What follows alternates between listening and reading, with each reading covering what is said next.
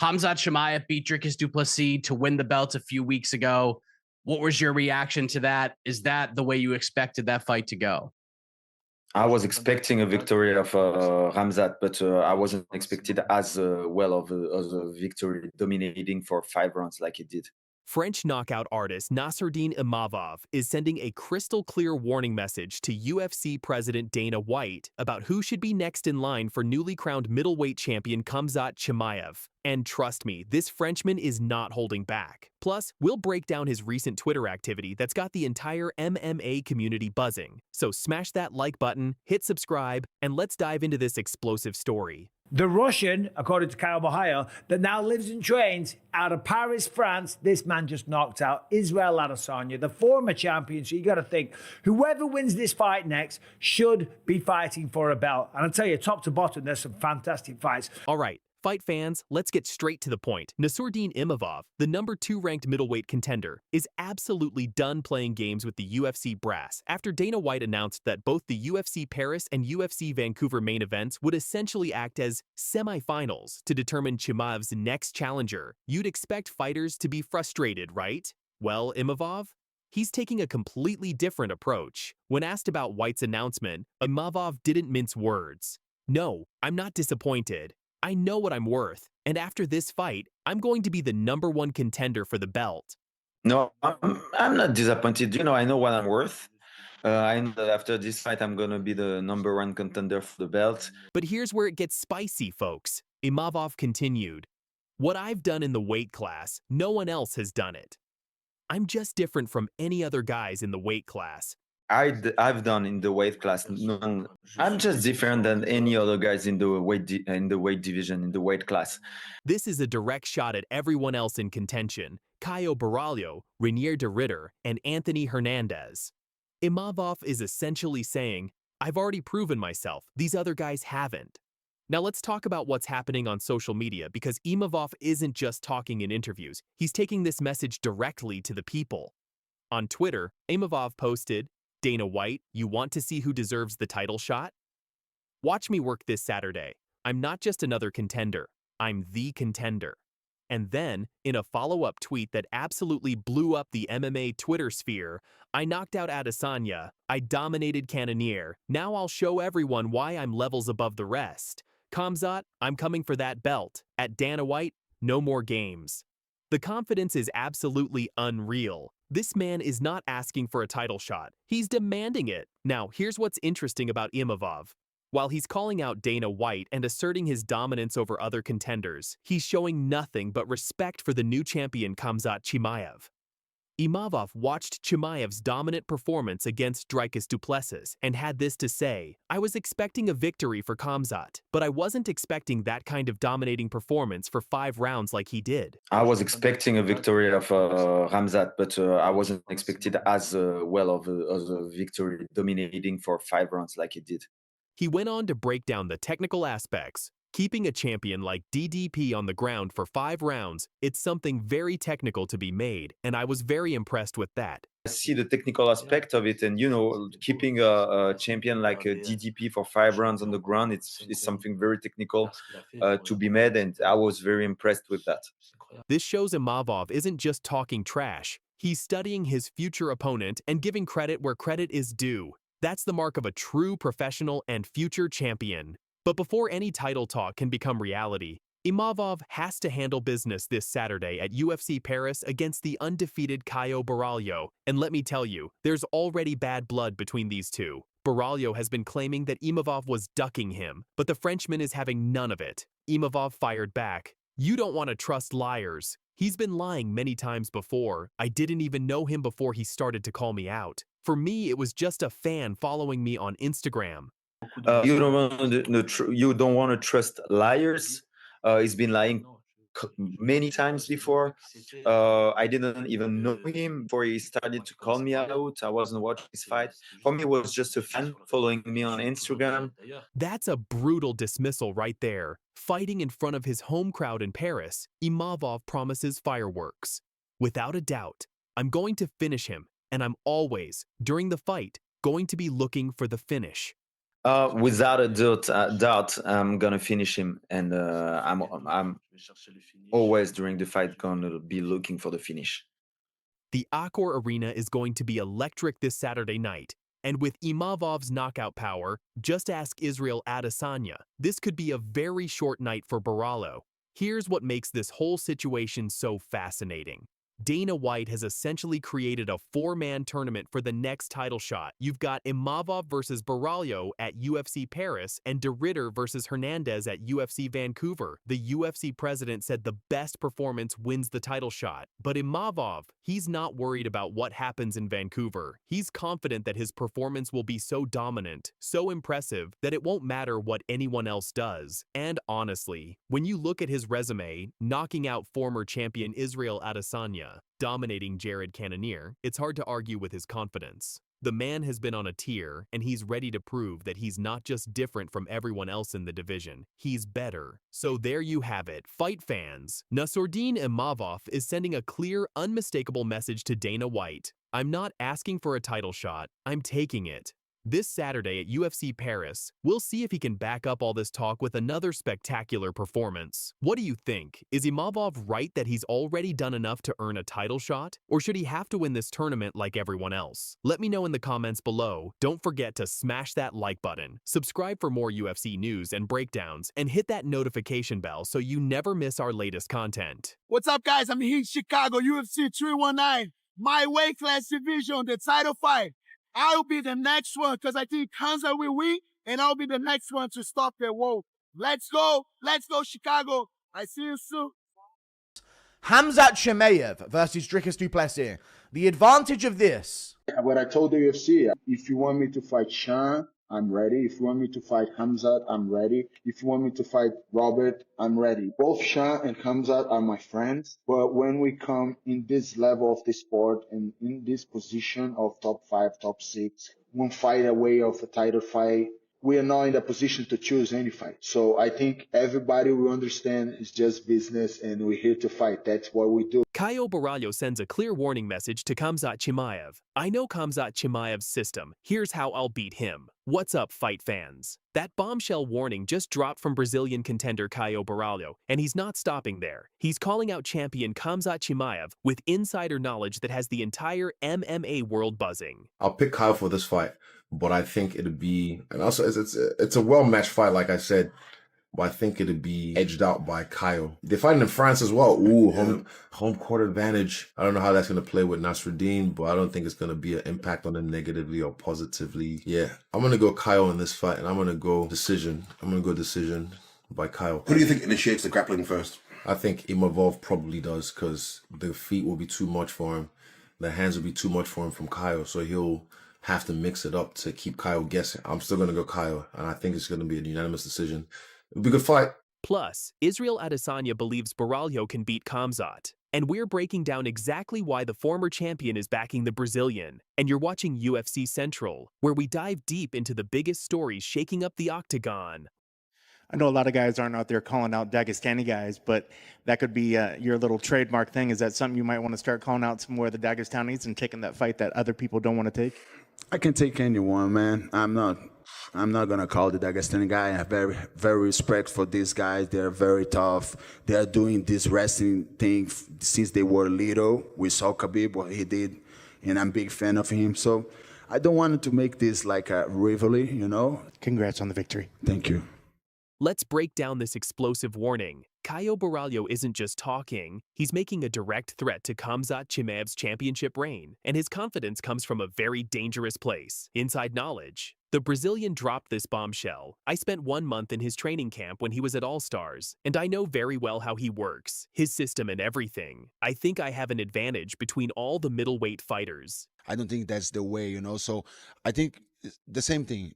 I spent 1 month in his training camp when he was in All Stars over there, and I know very well how he works, his system and everything, and I think have advantage between all the middleweight fighters. This is huge. Borralho trained with Chimaev for an entire month. He knows the champion's training methods, his strategies, his system, and now he's claiming he can exploit that knowledge. But here's where it gets personal. Borralho made it clear. I have a lot of respect for Khamzat. He's like a brother to me, but now it's me or him. The Brazilian is calling his shot. I can threaten him with my ground game, especially on the bottom. When it comes to striking, my distance control and feints will make him shoot at the wrong time. No, I think Dricus was more worried to defend the submissions than to get up, and he spent a lot of times just being with his back on the bottom, with his back on the ground, and didn't give his back too much to Khamzat. But I think he did a pretty good work defending, but then he annullated the other things to get up and get out of the positions, you know. This isn't just another contender hoping for a title shot. This is a man who trained alongside the champion, studied his every move, and now believes he's cracked the code. Now here's where things get really interesting. Former UFC middleweight champion Israel Adesanya believes Borralho can beat Khamzat Chimaev, and his endorsement is based on pure technical analysis. Adesanya broke down his prediction on YouTube. I'm going Caio in this fight by decision. Stand-up-wise, I'll give the edge to Caio. I like the way he strikes. I like the way he positions himself as a southpaw, because he always has his foot in the right place. I'll pick Caio for this fight, but I think it'd be, and also it's a well-matched fight, like I said, but I think it'd be edged out by Caio. They're fighting in France as well. Ooh, home court advantage. I don't know how that's going to play with Nassourdine, but I don't think it's going to be an impact on him negatively or positively. Yeah, I'm going to go Caio in this fight, and I'm going to go decision. I'm going to go decision by Caio. Who do you think initiates the grappling first? I think Imavov probably does, because the feet will be too much for him. The hands will be too much for him from Caio, so he'll have to mix it up to keep Caio guessing. I'm still going to go Caio, and I think it's going to be a unanimous decision. It'll be a good fight. Think about this. Adesanya is a former champion who knows elite-level striking better than almost anyone. When he gives you the technical edge, that carries serious weight. The last style bender continued. He attacks well on the rear side. Left hand, left leg. He has good feints as well. So we have a situation where the challenger claims inside knowledge of the champion's system, and a former champion is backing him based on pure technical skill. This is setting up to be one of the most compelling title fights we've seen in years. Let's dive deeper into exactly how Borralho plans to beat the seemingly unbeatable champion. The Brazilian revealed his strategic approach. I know what exactly he's doing. What exactly is his system, and all these steps that he needs to go through, and how to deny these steps? I think I'm the one that have advantage to beat him, because I know what exactly is he's doing, what exactly is his system, and all these steps that he needs to go through, and how to deny these steps. Remember, at UFC 319, Chimaev absolutely dominated Dricus Du Plessis with a UFC record 529 strikes and over 21 minutes of ground control. It was systematic destruction, but Borralho watched that fight and wasn't intimidated. He was taking notes. His game plan is brilliant. He might take me down in our fight. I accept that. It's more about how I can frustrate him. I can deny his steps and show my versatility. Borralho isn't trying to avoid Chimaev's strengths. He's planning to turn them against him. The Brazilian believes his bottom game can neutralize takedowns, while his striking can force mistimed shots. I think you all heard the news. So I heard that Dricus Du Plessis is hurt for a period of time. So I know a guy that never say no to any fights. Dana, Hunter, you know who to call.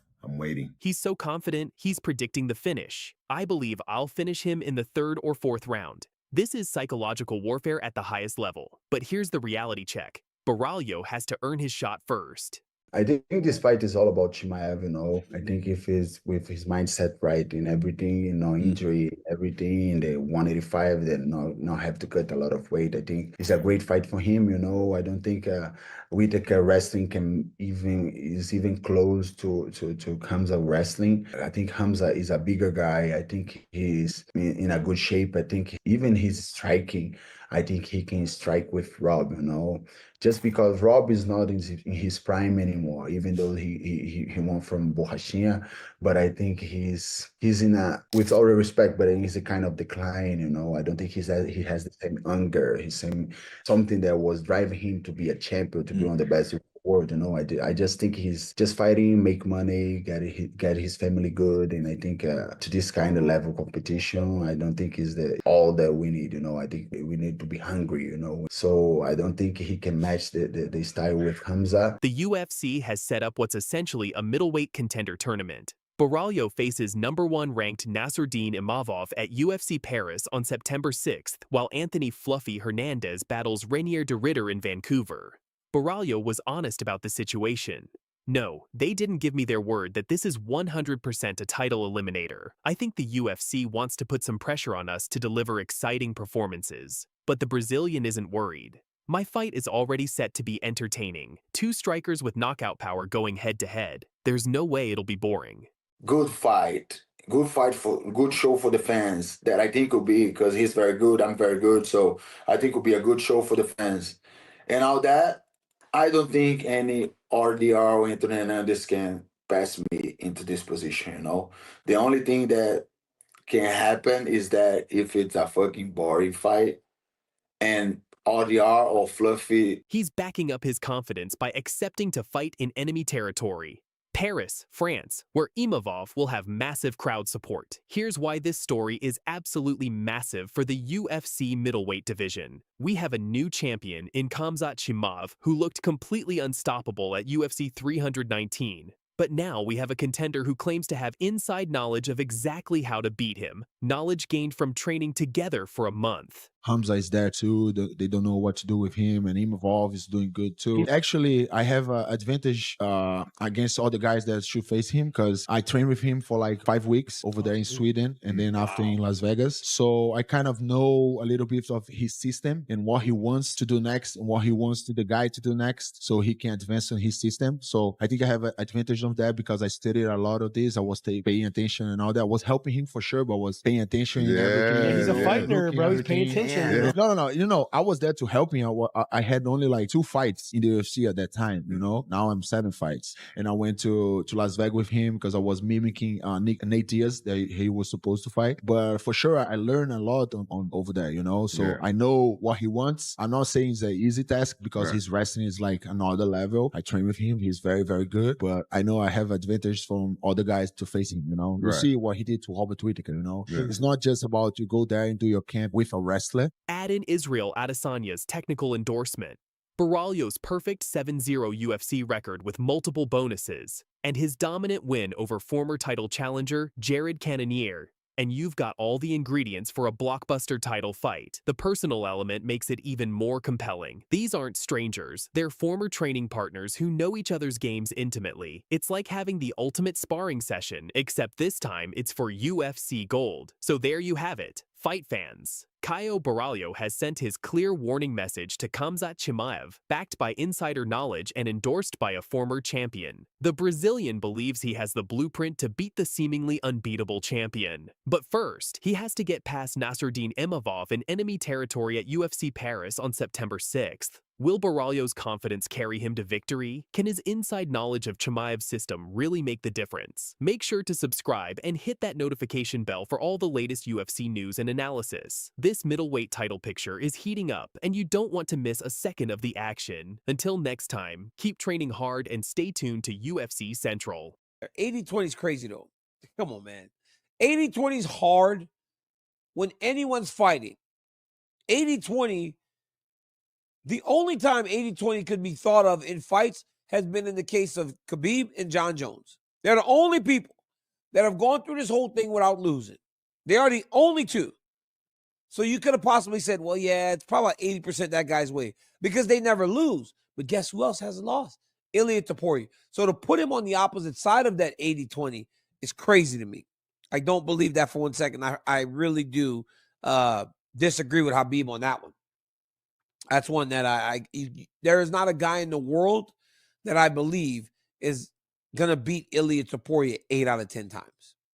That's just the truth. Daniel Cormier calls out Khabib Nurmagomedov's bold take on Ilia Topuria's potential bout against Arman Tsarukyan. In an unprecedented turn of events, former 2-division champion Daniel Cormier has publicly disagreed with his longtime friend and training partner Khabib Nurmagomedov over fight predictions. The Eagles' shocking assessment of a potential lightweight title fight has sent shockwaves through the MMA community, with DC firing back on his YouTube channel. Who do you think wins if Islam and Topuria fight? And do you think that fight will ever happen? I hope it's gonna happen. And it's gonna be a tough fight for Ilia, for sure. It won't be easy, but Ilia have a big chance. Like I said before, Ilia make you either shoot him like a wrestling, which is he will stop, or Ilya will go forward, and Islam has to strike with him, and then striking, we all know how Ilya fights and how dangerous he is and how knockout power he have. So it's gonna be tough fight for Ilya for sure, like every fight is, but I believe he can finish Islam Makhachev. Tonight, we'll break down this heated debate between two legends, examine the fighters at the center of this controversy, and analyze what this means for the lightweight division's future. Stay tuned as we dive deep into this developing story. Let's start with what sparked this debate. Khabib Nurmagomedov, the undefeated former lightweight champion, made a bold prediction that caught everyone off guard. When asked about a potential matchup between current lightweight champion Ilia Topuria and #1 contender Arman Tsarukyan, Khabib stated he believes Tsarukyan has an 80% chance of dethroning Topuria. That's right, 80 to 20 odds in favor of the Armenian challenger.